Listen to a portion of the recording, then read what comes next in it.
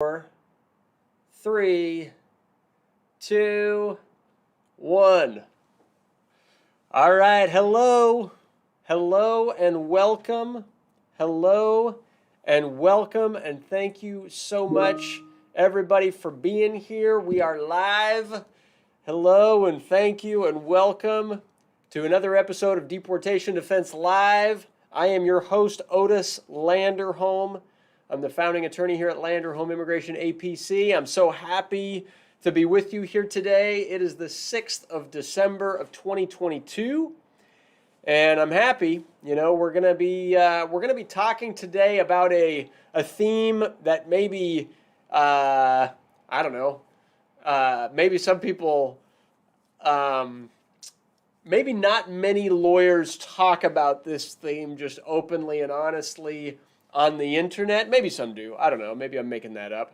Anyway, our theme today is drugs, and drugs.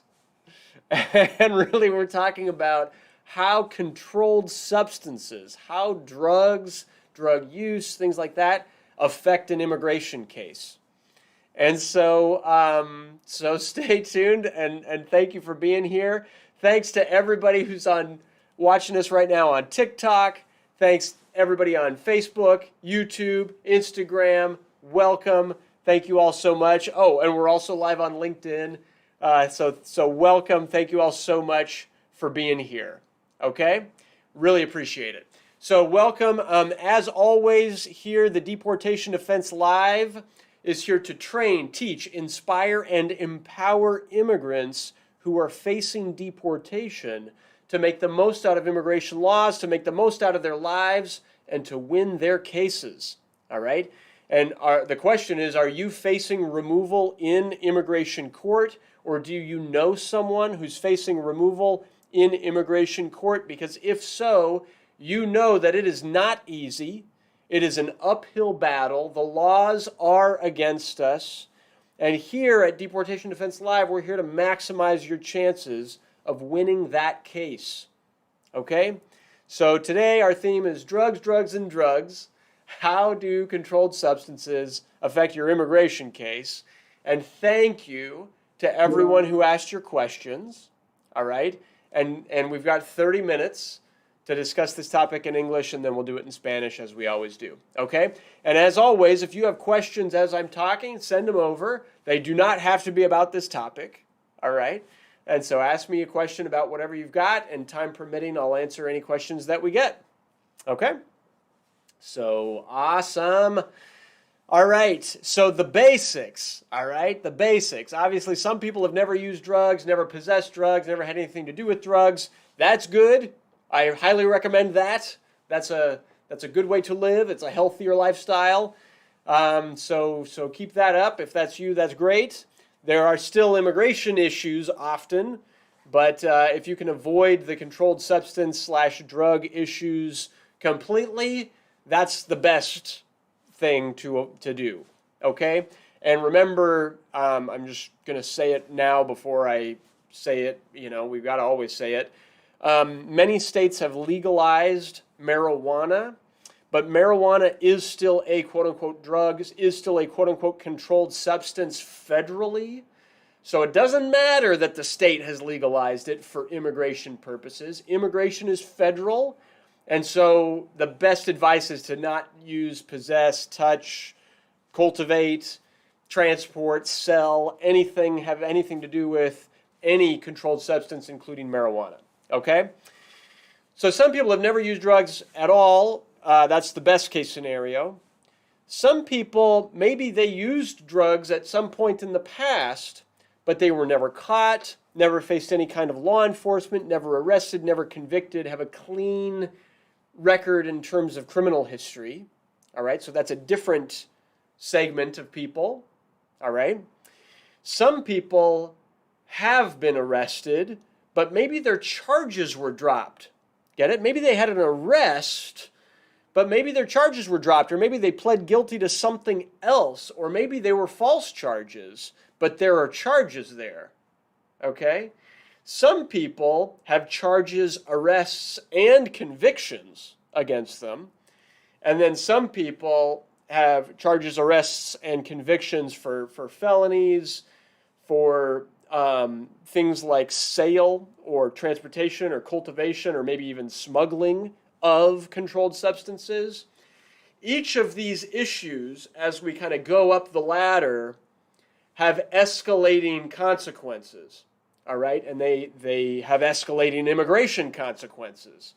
And so I just want to kind of explain that and just put that all on the table, all right? And so how do these things apply to the immigration process?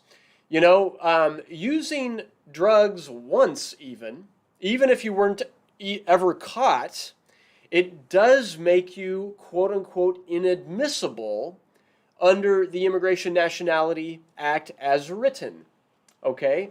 Which means that you won't be eligible for a visa or a green card, okay? And I don't want to confuse it too much, but there is an exception built into the law for a single offense of 30 grams or less for personal use of marijuana. That is a single exception to controlled substances and admissibility. But nevertheless, aside from that one exception, any drug use, even if you were never caught, makes you inadmissible, okay? And so you might say, well, wait a second, Otis. I was never caught. How would they know anything about it? All right? The answer is they will ask you, all right? They will ask you in your interview, they'll ask you at your medical exam, they'll ask you on the forms, they'll ask you as part of the process, okay? And what I like to say here is everyone needs to be honest with immigration in that, but sometimes you also need legal advice, all right, about how to answer those questions. Because here's the way it works, right? Where there is doubt, I want people to listen to me, about whether or not there was a controlled substance used, the answer is and should be no. All right? And let me explain how this works. Imagine, back in college or back in your youth, all right? You went somewhere and some friends passed around something and they called it a quote-unquote joint, right? Imagine you're in a situation like that. First advice, if you're in that situation, is leave, all right? That's not in your best interest, especially if you're an immigrant trying to win your case in the United States. But if that happened, the thing that they're passing around, all right, like, don't assume that the substance inside of that was actually a quote-unquote drug or actually a quote-unquote controlled substance as defined by the Controlled Substances Act. Don't assume that it was a violation. People under the U.S. Constitution, people have the right to be presumed innocent unless you're proven guilty beyond a reasonable doubt. Some friends around town or whatever, they don't necessarily, the cigarette or whatever they're passing around doesn't necessarily come with an ingredients label. You got what I'm saying? Like, sometimes you're not 100% sure of what substance, chemical, whatever, was actually in that. And so you want to think it through, right? You don't want to just say, "Oh, yeah, I'm guilty of something," if you're not even sure of what exactly that was. Okay? You have the right to be presumed innocent unless and until you're proven guilty beyond a reasonable doubt. You also have the right to remain silent. The point is, when there is doubt about that, talk to your lawyer first. Often the best advice, like when there is doubt, the answer is no, unless the government proves that you were guilty beyond a reasonable doubt. Let them prove it. Got it? That is often advice that I want everybody to know and understand. Okay?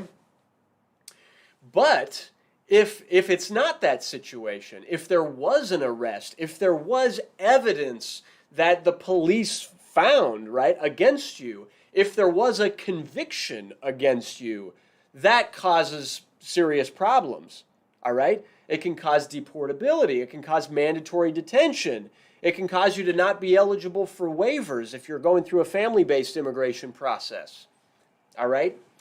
And then kind of to finalize this, and then we'll get into the questions, the most serious of situations is if there is a conviction for sales, for transportation, cultivation, etc., smuggling, any of those things could be a quote-unquote aggravated felony, which causes even more problems for an immigration case, all right? Aggravated felonies for quote-unquote drug trafficking cause deportability, cause mandatory detention. Immigration will detain you and will have to detain you throughout the whole process. You won't be eligible for waivers. You can't apply for asylum or withholding. You can't apply for cancellation of removal. And you won't have any options to return to the U.S. if there's an aggravated felony. Plus, you could be barred from ever returning for at least 20 years, subject to serious federal enhancements if you are caught crossing unlawfully back into the U.S. In other words, avoid that stuff, all right? So the takeaway is best case scenario, yes, do not use drugs, period, all right? Because drugs and immigration really don't mix. They don't mix, okay? But also, if you're ever charged with a crime, any type of crime, like, don't take the first plea deal you are given, okay?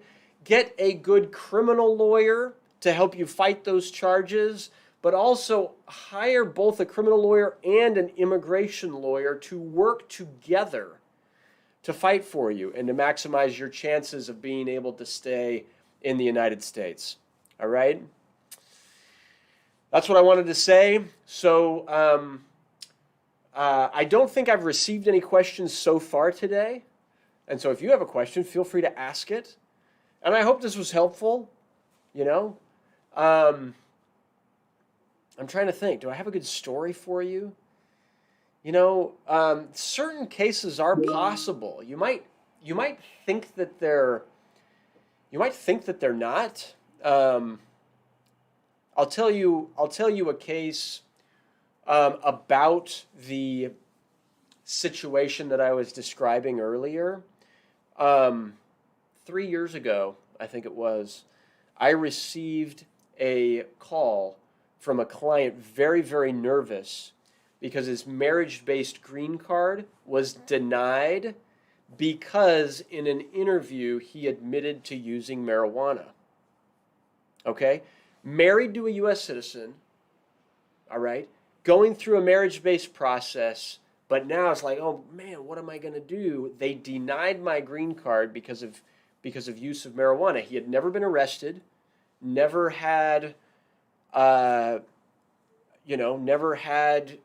conviction, right? No, there was no record of it. He just admitted to using it in his interview, all right? And what I did and what I explained to him is that, look, I don't know how USCIS will take this, but let's try to file what we call an I-290B and tell me more about what really happened. And what he said and what he explained is he was in college, all right? There was a group of people. They passed around a quote-unquote joint, all right? And like he explained the scenario, he described it. So I got a detailed declaration from him, and I filed an I-290B saying that this client doesn't actually know what the chemical substance was inside of that particular, joint, quote unquote, all right? And I explained that he has the right to be presumed innocent until proven guilty beyond a reasonable doubt under the U.S. Constitution, all right, and that he actually has no clue whether or not he actually committed this offense and therefore is actually inadmissible. And I swear to you that I explained this to the client, like this might work, this might not work. It just so happens that the USCIS in his case reopened his case and they granted him his green card.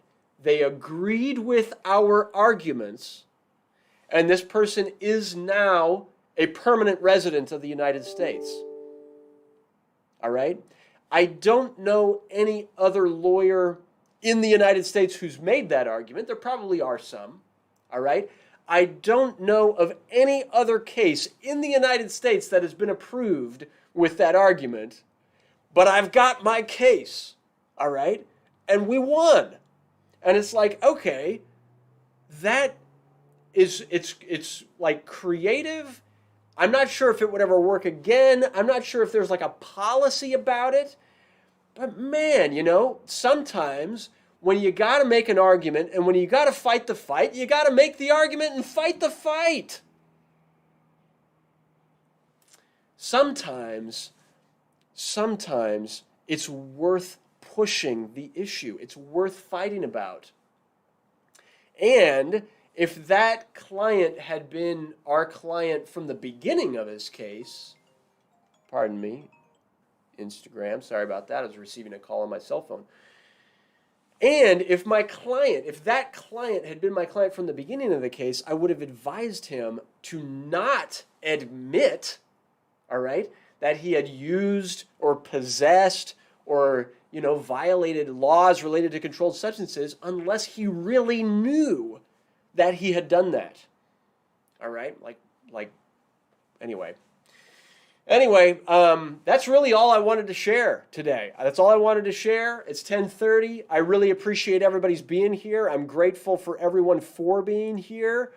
If you still have a question and you want to send it in, send it in. I'd love to answer it on a future episode. All right? If this was useful, please subscribe to our channel in YouTube. Click the notifications bell, and we'll get you additional legal updates and news. And if you have an immigration case, hey, please give our office a call. We are here to help. We would love to help you. Okay? So thanks so much for being here. I'm Otis Landerholm. I'm the founding attorney here at Landerholm Immigration, A.P.C, where we fight for your American dream. And I will see you next time on our next episode of Deportation Defense Live. Thanks, everybody. Take care. Bye-bye.